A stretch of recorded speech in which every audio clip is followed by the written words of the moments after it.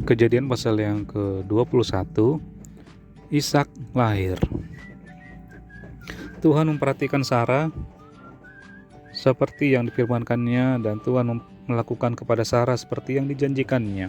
Maka mengandunglah Sarah, lalu ia melahirkan seorang anak laki-laki bagi Abraham dalam masa tuanya, pada waktu yang telah ditetapkan sesuai dengan firman Allah kepadanya. Abraham menamai anaknya yang baru lahir itu Ishak, yang dilahirkan Sarah baginya. Kemudian Abraham menyunat Ishak anaknya itu ketika berumur 8 hari, seperti yang diperintahkan Allah kepadanya. Adapun Abraham berumur 100 tahun ketika Ishak anaknya lahir baginya. Berkatalah Sarah, Allah telah membuat aku tertawa, setiap orang yang mendengarnya akan tertawa karena aku. Lagi katanya, siapakah tadinya yang dapat mengatakan kepada Abraham, Sarah menyusui anak, namun aku telah melahirkan seorang anak laki-laki baginya pada masa tuanya. Ayat ke-8, Abraham mengusir Hagar dan Ismail. Bertambah besarlah anak itu dan ia disapi, lalu Abraham mengadakan perjamuan besar pada hari Ishak disapi itu. Pada waktu itu Sarah melihat bahwa anak yang dilahirkan Hagar, perempuan Mesir itu bagi Abraham, sedang main dengan Ishak anaknya sendiri. Berkatalah Sarah kepada Abraham, usirlah hamba perempuan itu beserta anaknya, sebab anak hamba ini tidak akan menjadi ahli waris bersama-sama dengan anakku Ishak. Hal ini sangat menyebalkan Abraham oleh karena anaknya itu.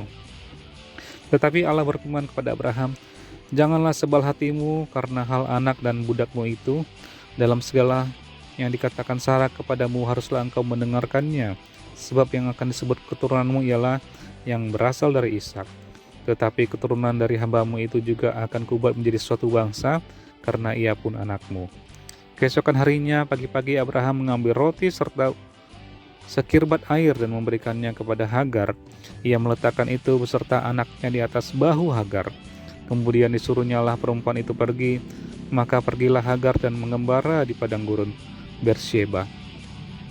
Ketika air yang dikirbat itu habis, dibuangnyalah anak itu ke bawah semak-semak, dan ia duduk agak jauh, kira-kira sepemenanah jauhnya, sebab katanya, tidak tahan aku melihat anak itu mati. Sedang ia duduk di situ, menangislah ia dengan suara nyaring. Allah mendengar suara anak itu, lalu malaikat Allah berseru dari langit kepada Hagar. Katanya kepadanya, apakah yang kau susahkan Hagar? Janganlah takut, sebab Allah telah mendengar suara anak itu dari tempat ia terbaring. Bangunlah, angkatlah anak itu dan bimbinglah dia, sebab aku akan membuat dia menjadi bangsa yang besar. Lalu Allah membuka mata Hagar sehingga ia melihat sebuah sumur. Ia pergi mengisi kirbatnya dengan air, kemudian diberinya anak itu minum. Allah menyertai anak itu sehingga ia bertambah besar. Ia menetapkan di padang gurun dan menjadi seorang pemanah. Maka tinggallah ia di padang gurun Paran, dan ibunya mengambil seorang istri baginya dari tanah Mesir. Ayat ke-22, perjanjian Abraham dengan Abimelek.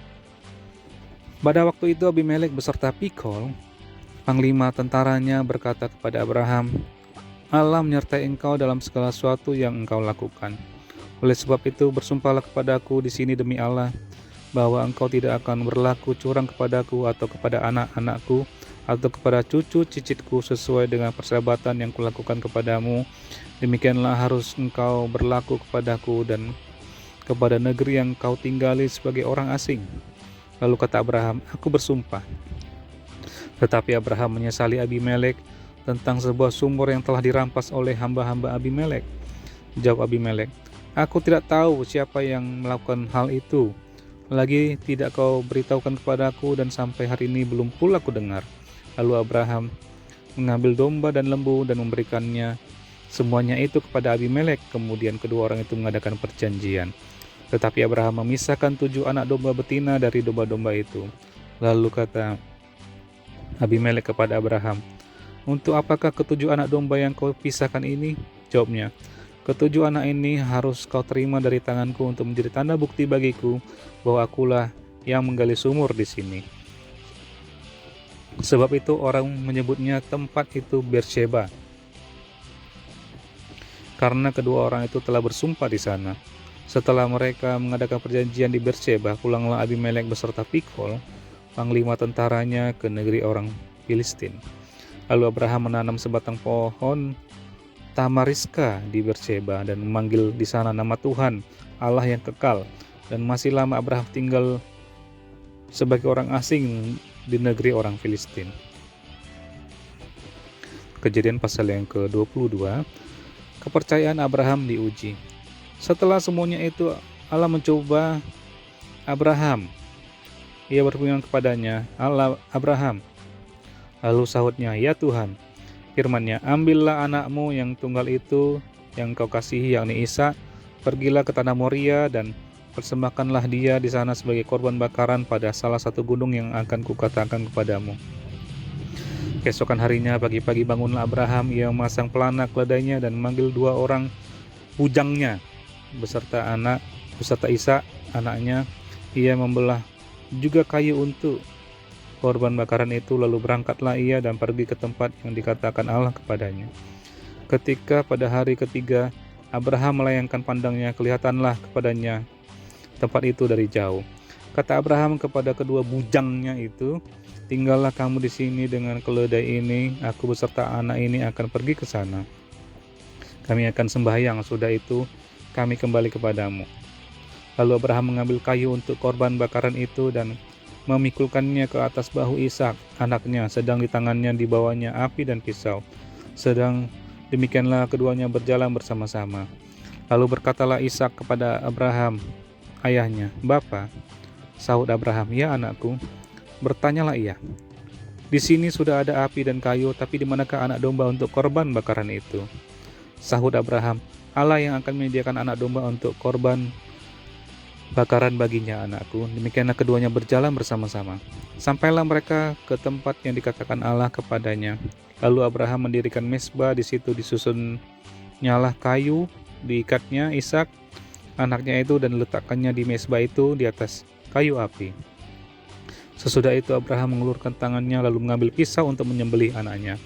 Tetapi berserulah malaikat Tuhan dari langit kepadanya, Abraham, Abraham. Sahutnya, ya Tuhan.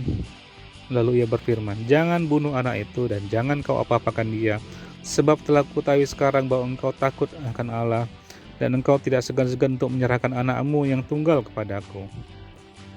Lalu Abraham menoleh dan melihat seekor domba jantan di belakangnya yang tanduknya tersangkut dalam belukar.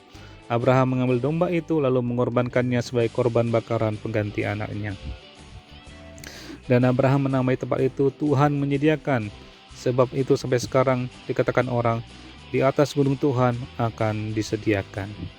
Untuk kedua kalinya berserulah malaikat Tuhan dari langit kepada Abraham, katanya, aku bersumpah demi diriku sendiri, demikianlah firman Tuhan, karena engkau telah berbuat demikian dan engkau tidak segan-segan untuk menyerahkan anakmu yang tunggal kepadaku, maka aku akan memberkati engkau berlimpah-limpah dan membuat keturunanmu sangat banyak seperti bintang di langit dan seperti pasir tepi laut, dan keturunanmu itu akan menduduki kota-kota musuhnya.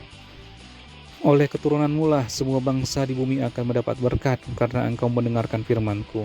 Kemudian kembalilah Abraham kepada kedua bujangnya dan mereka bersama-sama berangkat ke Berseba dan Abraham tinggal di Berseba. Ayat ke-20, keturunan Nahor.